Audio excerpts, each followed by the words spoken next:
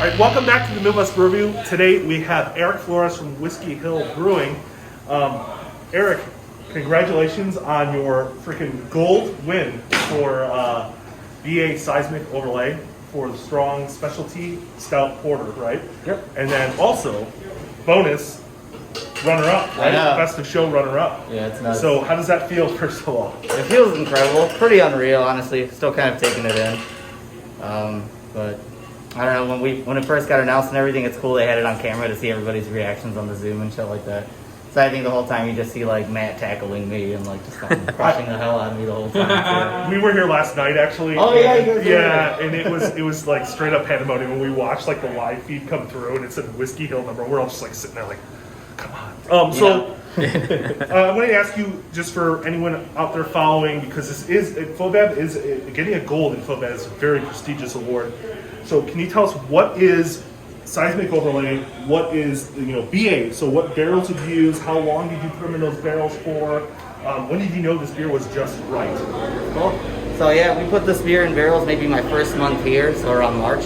We put these in a 6-year Weller barrel and a Buffalo Trace barrel. So the base stout itself is a blend of 2 different Russian Imperial stouts that I made here, 2 different recipes.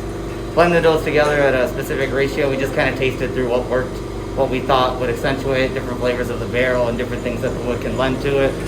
And from there we put in those 2 different barrels.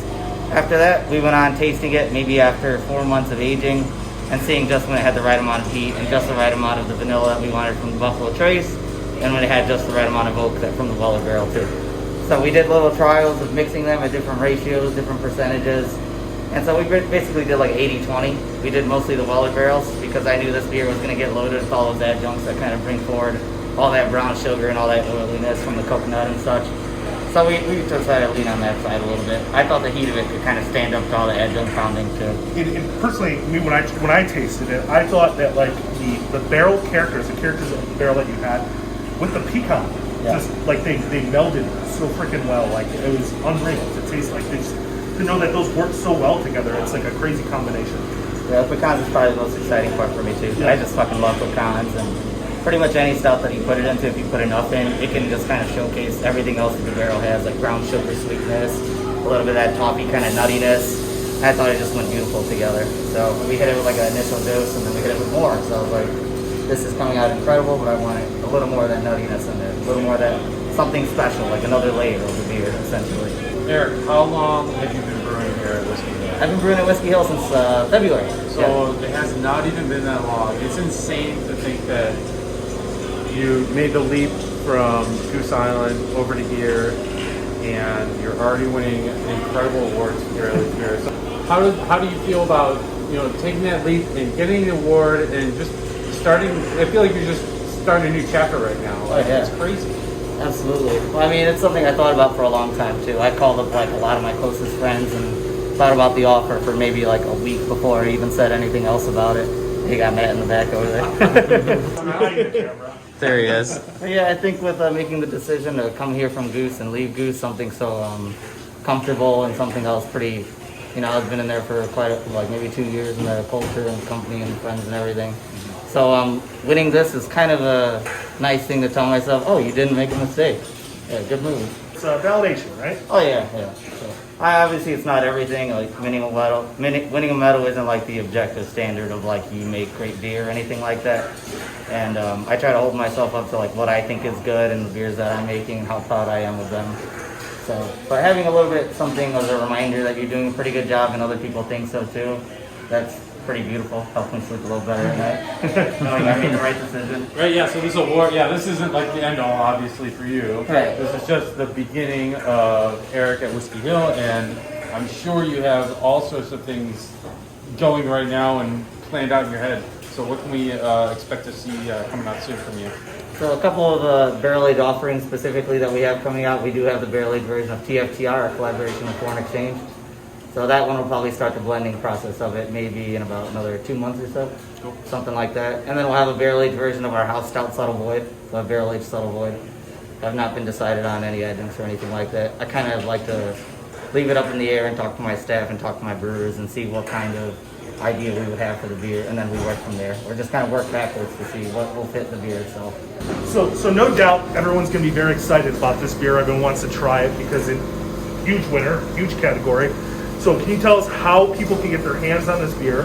I know we've tried it on tap a little bit here. I don't know how long that's going to be out for, but I know you did bottle a little bit. So what does that entail? Do you guys have plans for that? We do, yeah. So we're actually releasing all of our barrel age offerings through a barrel age membership club that will be announcing the lottery for today, actually. So it'll be pretty exciting. It'll come with 8 different barrel age bottles.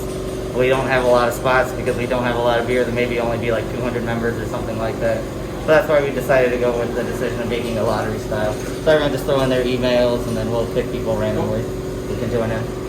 So for all you bottle count people out there, it's probably about 250 bottles or so, right? Something like that, yeah. That's insane. So we're here with Matt. He is the owner, proprietor, GM, toilet cleaner, street sweeper, glass cleaner. I'll do it. Keg washer, you name it, he does it. He's all over the place. So Whiskey Hill, this place in this location has gone through multiple iterations. Yeah. So just a quick walk through history. Sure. What got us to this point? As I feel like we're kind of just peaking, or we're just starting to hit our stride here. But this place has been through a few iterations. Just a gold medal, less No than big- 24 hours ago, who knows? No big deal. No, honestly, so it started off as, this brewery was actually, it's in Westmont, in an industrial park. These guys started off with some old school home brewers, right, with a small electric system from Brewmation. It was a little 3.5 barrel system, and it was called Urban Legend. Everybody's gonna be like, what the? Because they closed 3 games, all that. Yeah. The truth was, they picked the right facility. They had kind of the right idea. The expenses were right. I think from a business perspective, of like, hey, it doesn't cost too much to kind of do business here. We can put a small system in, have a small tap room, and it kind of evolved. I think they went through some ownership changes internally when they were trying to operate, and they did a lot of really good beer. Catherine the Great, remember all that? That was like this, like, right when craft beer was like, I think, blowing up. They were a part of that. So anyway, I was lucky enough to get introduced to some of the owners, and we kind of chatted over, and I have barbecue restaurants, and we basically got lucky. We were just like, hey man, you guys are kind of treading water. We're willing to buy it out. And so I bought out with my partner, Rob Salerno. We bought the whole facility, and we immediately went to work. We changed the 3.5 barrel now to a 10 barrel steam system. We had 4 7-barrel firm tanks, 2 7-barrel bright tanks, 1 14-barrel firm tank, combat tank. And we scaled it now to a 20 barrel. Our kettle is actually a 15. We're about to scale to a 15-barrel mash tun. So we're excited, man. We've just been cranking and changing. We redid the entire tap room. They had 10 seats. We now have almost 32. All new bar, all built with wooden barrel staves. We've redone the whole place. Right, facility is one thing, but getting someone here that could actually like steer the ship and run things is another thing. We call it in the media a good get. You guys got a good get, obviously, with Eric Flores. Very lucky, yeah. So, how is that working out? How's the partnership with him going? Yeah, he, Eric is one of those people. You meet very few people in business where you get to work with them and you enjoy it. And with Eric, you get really the total package. He's just a solid individual, solid guy, man. So passionate. He's also very technical. He's also someone who hey, I don't like the way this beer is going. I'm done with it. We're dumping this on the drain. Or, hey, I like where it's going. Here's what I'm going to do. What do you think? He's really good at hitting the target. As you can see that from a gold medal. He's like, here's the flavors. Here's where it's going to hit. We're using this barrel.